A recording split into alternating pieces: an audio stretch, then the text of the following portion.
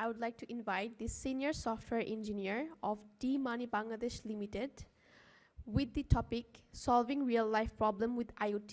Please put your hands together for MD Imran Hossain Bhaiya. Thank you.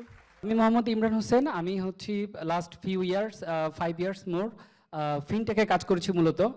আর আইওটিটা আমার মূলত হবি ছিল। 2017 থেকে আমি আইওটি নিয়ে কাজ করি, বিভিন্ন হোম বেস কিছু সলিউশনে কাজ করতাম। তো কাজ করতে করতে যেটা হয়েছে, আমার রিলেটিভস ফ্রেন্ডদের কিছু প্রবলেম সলভ করতে করতে এখন একটা পর্যায়ে এসেছি যে মানে এখন সলিউশনগুলো আরও লার্জ স্কেলে আমার সামনে চলে আসতেছে আর কি। তো আমি একটা প্রবলেম শেয়ার করি। প্রবলেমটা হচ্ছে আমাদের প্রত্যেকের বাসায় এখন কোনো না কোনো ডিভাইস আছে যেটার সাথে একটা রিমোট রিলেটেড থাকে, রাইট? কারো বাসায় কোনো রিমোট ইউজ হয় না এমন কেউ কি আছে? কোনো রিমোট ইউজ হয় না? সবার বাসায় রিমোট আছে, রাইট? কোনো না কোনো ডিভাইস রিমোট দিয়ে আমরা কন্ট্রোল করি। তো একদিন যেটা হয়েছে, আমার একটা বাচ্চা আছে ছোট, তো ও আমার একটা একটা স্মার্ট ফ্যানের রিমোট নষ্ট করে ফেলে, যেটার স্পিড কন্ট্রোল করতে হয় শুধু রিমোট দিয়ে। তো এখন ওই রিমোটটা কোনো অ্যাপ আমি খুঁজে পাই না, মার্কেটেও পাই না, কোথাও পাই না। ওই কোম্পানির সাথে যোগাযোগ করছি, ওদের কাছেও কোনো অ্যাপ নাই। তো অ্যাজ এ অ্যান্ড্রয়েড ডেভেলপার আমার কাছে যেটা ফিল হয়েছে, আমি নিজেই একটা বানিয়ে ফেলি। এখন আজকে রাতে আমার ফ্যানের রিমোট নষ্ট হয়ে গেছে। এখন আমার পক্ষে কি সম্ভব 2-3 ঘন্টার মধ্যে একটা অ্যাপ ডেভেলপ করে এই ফ্যান কন্ট্রোল করা? এটা তো সম্ভব না। তো যেটা হয়েছে, আমার নতুন একটা রিমোট অর্ডার করা লাগছে অনলাইন থেকে। তো অর্ডার করলে যেটা হয়েছে, এটা আমার হোম ডিস্ট্রিক্ট চাঁদপুরে যেতে প্রায় 3 দিন সময় লেগে গেছে। তো এই 3 দিন আমাকে ওই ফ্যানটা একটা নির্দিষ্ট স্পিডে অন রাখতে হয়েছে, যেটা হচ্ছে আমার জন্য এজ এ ইউজার হিসেবে টু মাচ পেইনফুল। আমরা অনেকে রাতের বেলা ঘুমাই, যখন ঘুমাই তখন হচ্ছে দেখা যাচ্ছে ফ্যানটা 3-এ রেখে দিলাম, যখন রাতটা বাড়তে থাকে তখন দেখা যায় ফ্যান অফ করে দিলেও চলে। তা আমার রিমোট তো নাই, সো আমাকে উঠতে হচ্ছে, যাইতে হচ্ছে। সো এটা একটা রিয়েল টাইম প্রবলেম। আরেকটা প্রবলেম হচ্ছে, আপনার রিমোটটা ভেঙে যেতে পারে, অথবা এমন সময় রিমোটের ব্যাটারি শেষ হয়ে গেছে যে আপনি ওই রিমোট দিয়ে কন্ট্রোল করার মতো ডিভাইসটাকে আর কন্ট্রোল করতে পারতেছেন না। এরকম কি কেউ ফেস করেছেন কখনো, যে রিমোটটা খুব প্যারা দিচ্ছে, অথবা এই মুহূর্তে রিমোটটা নষ্ট হয়ে গেল? কারো কি এরকম এক্সপিরিয়েন্স আছে যে রিমোট কাজ করতেছে না বা রিমোটটা পাচ্ছি না হারিয়ে? হ্যাঁ, এটা অনেকের ক্ষেত্রেই হয়েছে, এই সিনারিওটা আমাদের ক্ষেত্রেও হয়েছে। সো ওইখানে যেটা এখন আমার মাথায় আসলো, যে আমরা একটা প্রবলেম প্রতিনিয়ত ফেস করি। রিমোট ইউজ করতে করতে ব্যাটারি শেষ, ব্যাটারি আনতে হচ্ছে বাইরে গিয়ে। আবার আমার যে ডিভাইসটা আমি ইউজ করতেছি, এটার জন্য একটা সুইটেবল অ্যাপ নাই, মার্কেটে নাই। ঠিক আছে, কিছু আমরা মার্কেটে রিমোট পাচ্ছি, অ্যাপ পাচ্ছি, সেটা দিয়ে হচ্ছে আমি কাজ চালিয়ে নিচ্ছি, আবার কিছু ডিভাইসের জন্য পাচ্ছি না। সো এটা একটা প্রবলেম। আরেকটা প্রবলেম হচ্ছে, আপনার ফোনের সাথে, সব ফোনের সাথে আয়ার ব্লাস্টার থাকে না। সো আয়ার ব্লাস্টার যেহেতু থাকে না, সো আপনি ওই যেই রিমোটেবল ডিভাইসটাকে আপনি কন্ট্রোল করবেন আয়ার দিয়ে, সেটাও পারতেছেন না। কিছু আছে যেটা ওয়াইফাইয়ের মাধ্যমে করা যায়, কিছু আছে যে ওয়াইফাইয়ের মাধ্যমে করা যায় না। সো এগুলো হচ্ছে প্রবলেম। তো এখানে আরেকটা জিনিস আছে, এখন আপনারা দেখবেন ডে বাই ডে আপনার ঘরের যে ইলেকট্রনিক্স ডিভাইসগুলো আছে, লাইট, ফ্যান, এগুলো কন্ট্রোল করার জন্য এখন রিমোটেবল বোর্ড পাওয়া যায়। এরপর হচ্ছে আপনি হয়তো একটা টিভি কার্ড ইউজ করতেছেন, টিভির জন্য একটা রিমোট। তো অ্যাট এ টাইমে 2-3টা রিমোট আপনার হাতে চলে আসে। তো কনসেপ্টটা যদি আমরা এরকম করি, প্রত্যেকটা রিমোট আপনি কপি করে আপনার অ্যাপে নিয়ে আসতে পারতেছেন। সো আপনার ফোন 4-5টা রিমোট কপি করে রাখতে পারতেছে, এবং আপনার ফোনে যদি আয়ার ব্লাস্টার নাও থাকে, তাও আপনি আপনার এই রুমের যেই রিমোটেবল কন্ট্রোলেবল যে ডিভাইসগুলো আছে, এগুলো কন্ট্রোল করতে পারতেছেন। সো এই সলিউশনটা যদি আমরা আনতে পারি, তাহলে সেটা খুব ইউজেবল হবে। আচ্ছা, এখানে তাহলে যে সলিউশনটা আসতেছে, সেটা হচ্ছে আপনার একটা অ্যাপ্লিকেশন লাগবে, যে অ্যাপ্লিকেশনটা আপনাকে এই রিমোট অ্যাক্সেসের যেই ইউআইটা, সেই ইউআইটা প্রোভাইড করবে। আমি অ্যাপের একটা স্ক্রিনশট একটু ট্রিম করে উপরে দেখিয়ে দিচ্ছি। একটা সিম্পল রিমোট, এটা বেসিক্যালি হচ্ছে এটা একটা ফ্যানের স্পিড কন্ট্রোলের জন্য, ফ্যান কন্ট্রোলের জন্য। আচ্ছা, এখানে আরেকটা জিনিস যেটা আসবে, আপনাকে একটা এক্সটার্নাল হার্ডওয়্যার ডিভাইস লাগবে, যেটা হচ্ছে আপনার আয়ার ব্লাস্টারের কাজ করবে। যেহেতু আপনার ফোনে অনেক সময় আয়ার ব্লাস্টার নাও থাকতে পারে, এই জন্য আমরা কি করলাম, একটা হার্ডওয়্যার ডেভেলপ করলাম, যেটা কি আয়ার ব্লাস্টারের কাজ করবে। তার মানে এই ডিভাইসটা দিয়ে আপনি আপনার ফিজিক্যাল যে রিমোটটা আছে, এই রিমোটটা স্ক্যান করে আপনার অ্যাপে নিয়ে আসতে পারবেন, অ্যাপে সেভ করবেন, দেন অ্যাপ থেকে এই রিমোটের ফাংশনগুলো কাজ করবে। তাহলে এখানে একটা চ্যালেঞ্জ হচ্ছে আমাদেরকে একটা হার্ডওয়্যার ডেভেলপ করতে হবে। সো হার্ডওয়্যার ডেভেলপ করার জন্য আমাদের বাংলাদেশে অ্যাভেলেবেল ওইরকম কোনো কোম্পানি নেই। তো আমরা বিভিন্ন মডিউল ইউজ করেছি। এখানে ESP01 যে মডিউলটা সেটা ইউজ করা হয়েছে। তো এখানে দুইটা আলাদা সেন্সর রাখা হয়েছে, একটা হচ্ছে সিগন্যাল সেন্ডের জন্য, একটা হচ্ছে সিগন্যাল রিসিভের জন্য। সো আমরা আমাদের যে রিমোটগুলো আছে এই রিমোটের সিগন্যালটা ডিকোড করে অ্যাপে নিয়ে যাচ্ছি। এটা মূলত ওয়াইফাইয়ের মাধ্যমে কানেক্ট হবে অ্যাপের সাথে। তো এই সিস্টেমটাই হচ্ছে আমাদের আয়ার ব্লাস্টারে কাজ করবে, প্লাস হচ্ছে আমাদের এই যে ফিজিক্যাল রিমোটগুলো আছে এগুলাকে কপি করে আমাদের অ্যাপে নিয়ে আসবে। তো তো এখন এই সলিউশনটা তো আমি চিন্তা করলাম, এখন এই সলিউশনটা আমি মানুষের জন্য চিন্তা করতেছি যে মানুষ আসলে এই ধরনের কোনো সলিউশন চায় কিনা। আমি যেটা থিঙ্ক করলাম এটা মানুষের সাথে অ্যালাইন হয় কিনা, এই জন্য আমরা একটা অনলাইন সার্ভে করেছি। সো ওই অনলাইন সার্ভেতে দেখা যাচ্ছে মেজরিটি পার্সন মানুষ এটাকে চাচ্ছে, সাপোর্ট দিচ্ছে এবং তারা এটা কিনতেও রাজি আছে।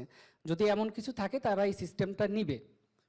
তো আমাদের মার্কেট অ্যানালাইসিস করাটা হলো, এবার আমরা অ্যাপ্লিকেশন ডেভেলপ করলাম এবং যাদের ফোনে আয়ার ব্লাস্টার আছে এদের এদের কাছে আমরা এই জিনিসটাকে প্রেজেন্ট করলাম এবং এরা এই জিনিসটা চাচ্ছে, নক দিচ্ছে। লাইক আমি তো জব করি, আমার এটা প্রফেশনাল না আইওটি কাজটা। আমি কি করলাম, এটার একটা ওভারভিউ ইউটিউবে দিয়ে রেখেছি। তো সেইখানে অনেক মানুষ আমাকে নক করে। সো নক করলে আমি জাস্ট এপিকে দিয়ে দিই। তো এর মধ্যে কিছু কিছু আছে যাদের ফোনে আয়ার ব্লাস্টার নেই, তখন ওরাও নক করে যে ভাই আমাদের তো ফোনে এইটা নাই, আপনি তো এই ডিভাইসটা বানাইছেন, এটা আমাদেরকে দেন। তো এখানে একটা সিম্পল বিষয়, আমি নিজের কাজের জন্য একটা হার্ডওয়্যার সিস্টেম ডেভেলপ করে নিচ্ছি। সো ওইটা সময় লাগলো, আমি করে নিচ্ছি আমার জন্য। এখন 10 জন মানুষের জন্য করতে গেলে ওইভাবে অবশ্যই টাইম বেশি লাগবে। তো এটাকে কি করব, আমরা হচ্ছে একটু আরেকটু অর্গানাইজ করে একদম পাবলিকের কাছে প্রেজেন্ট করতে পারি ওইভাবে নিয়ে নিব। মানে আচ্ছা আমার একটা বিজনেস স্কোপ হচ্ছে যেখানে আমি এটা সেল করতে পারবো। সফটওয়্যারটা আমি ফ্রি দিলেও দিতে পারি একটা নির্দিষ্ট লেভেল পর্যন্ত, বাট হার্ডওয়্যারটা তো আমাকে কিনতে হবে, হার্ডওয়্যার তো ফ্রি দেওয়া যাবে না।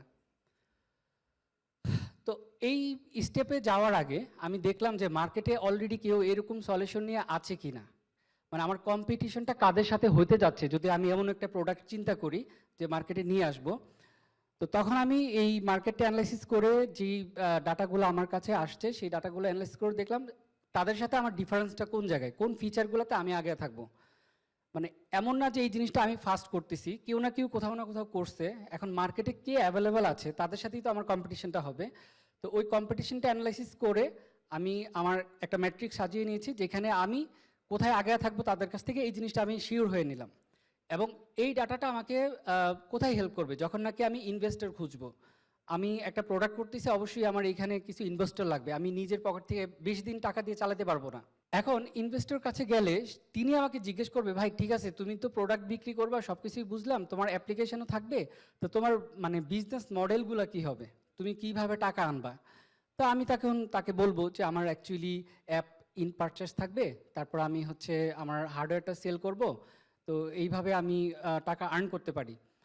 তাকে আমাকে তো কনভিন্স করতে হবে। সো এখন যখন নাকি আমরা একটা সফটওয়্যার দিয়ে টাকা ইনকাম করতে যাব তখন আমাকে কি করতে হবে, ইউজারকে প্রথমে গ্র্যাব করতে হবে, ইউজারের পারপাস সার্ভ হয় অতটুকু পর্যন্ত নিতে হবে। যেমন গুগল কি করে, জিমেইলে আমাদেরকে 15 GB ফ্রি দেয়, ড্রাইভ ফ্রি দেয়, এরপরে হচ্ছে আমাদেরকে পারচেস করতে হয়। সো আমরা একটা আইডিয়া নিয়ে আসতে পারি হচ্ছে আপনার যেই ডিভাইসটা আছে অ্যাপে, এই ডিভাইসটা 2-3টা ডিভাইস পর্যন্ত স্ক্যান করে রাখতে পারবে, সেভ করে রাখতে পারবে। এরপরে হয়তো বা পরবর্তীতে আপনাকে প্রিমিয়াম ভার্সন যেতে হবে আনলিমিটেড ডিভাইস সেভ করার জন্য।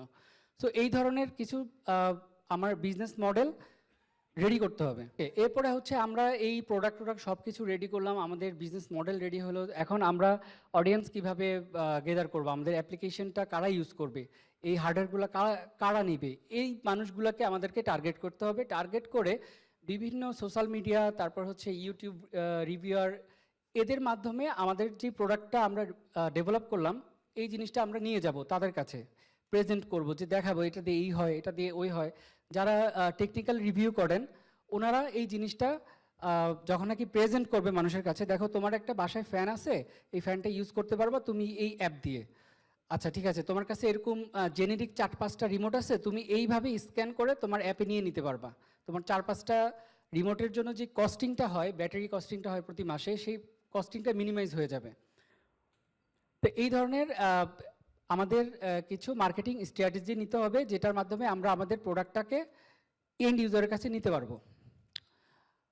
এটা হচ্ছে একটা ইম্পর্টেন্ট জায়গা, সেটা হচ্ছে আপনি যখন নাকি কোনো ইনভেস্টরের কাছে যাবেন, ইনভেস্টর আপনার বর্তমান যে অবস্থানটা আছে সেইখানে আপনার ভ্যালু কত, এই ভ্যালুটা তাকে জানাইতে হবে যে আপনার বর্তমান, সাপোজ কথার কথা আমরা যে প্রোডাক্টটা আনতেছি, যে কোম্পানিতে আনতেছি সেটার বর্তমান ভ্যালু হচ্ছে 500K। তো এই ভ্যালুর উপর বিভিন্ন প্যারামিটার আছে, এখানে অনেক ক্যালকুলেশন আছে, যেটা বিজনেস ডেভেলপমেন্টে যারা আছে তারা খুব ভালো জানে।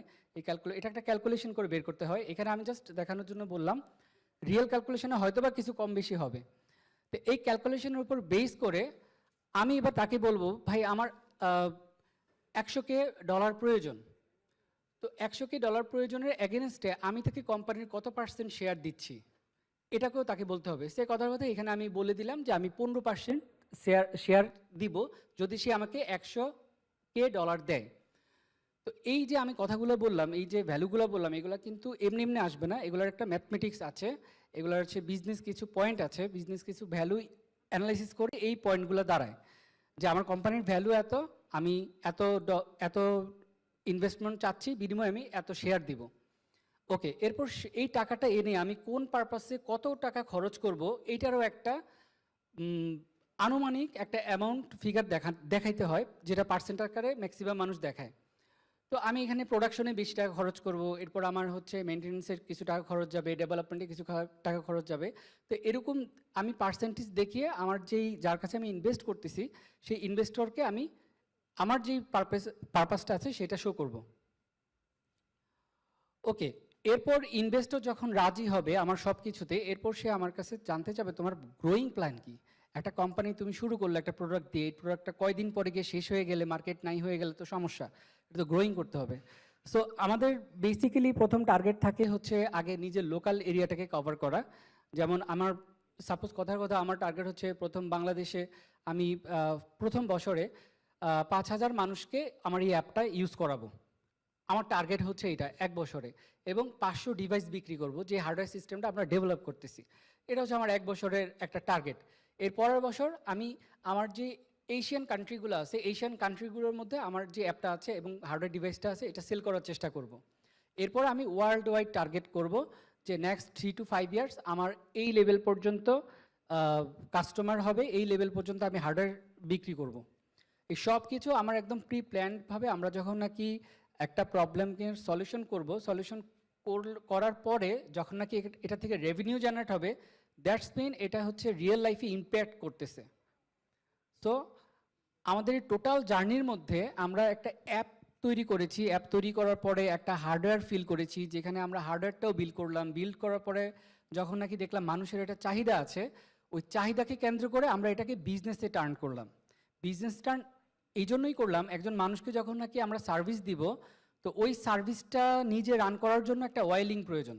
সো আপনি যদি রেভিনিউ জেনারেট না করতে পারেন, এই ধরনের প্রজেক্ট বেশি দিন যাবে না, এটা অফ হয়ে যাবে। এরকম অনেক প্রজেক্ট আমরা দেখেছি, বিভিন্ন কোম্পানি তাদের নিজস্ব পোর্টফোলিওর জন্যই হোক বিভিন্ন প্রজেক্ট করার পরে এটার পিছনে অয়েলিং হয় না, এরপর এটা ড্যামেজ হয়ে যায়, অফ হয়ে যায়। এমন অনেক ভালো ভালো প্রজেক্ট আমরা দেখেছি। সো একটা জিনিস সবসময় মনে রাখবেন, আপনারা যখন একটা সলিউশন নিয়ে আসবেন, অবশ্যই যেন এটার একটা বিজনেস পারপাস থাকে এবং এটার পিছনে ইনভেস্ট হয়, এবং ওই প্রোডাক্ট বা ওই সলিউশন থেকে যেন রেভিনিউ জেনারেট হয়। তাহলে আপনি ইনভেস্টর পাবেন, এবং এই সিম্পল সার্ভিস বা একটা প্রোডাক্টকে কেন্দ্র করে দেখা যাচ্ছে যে একটা ছোট স্টার্ট আপও রান করা সম্ভব।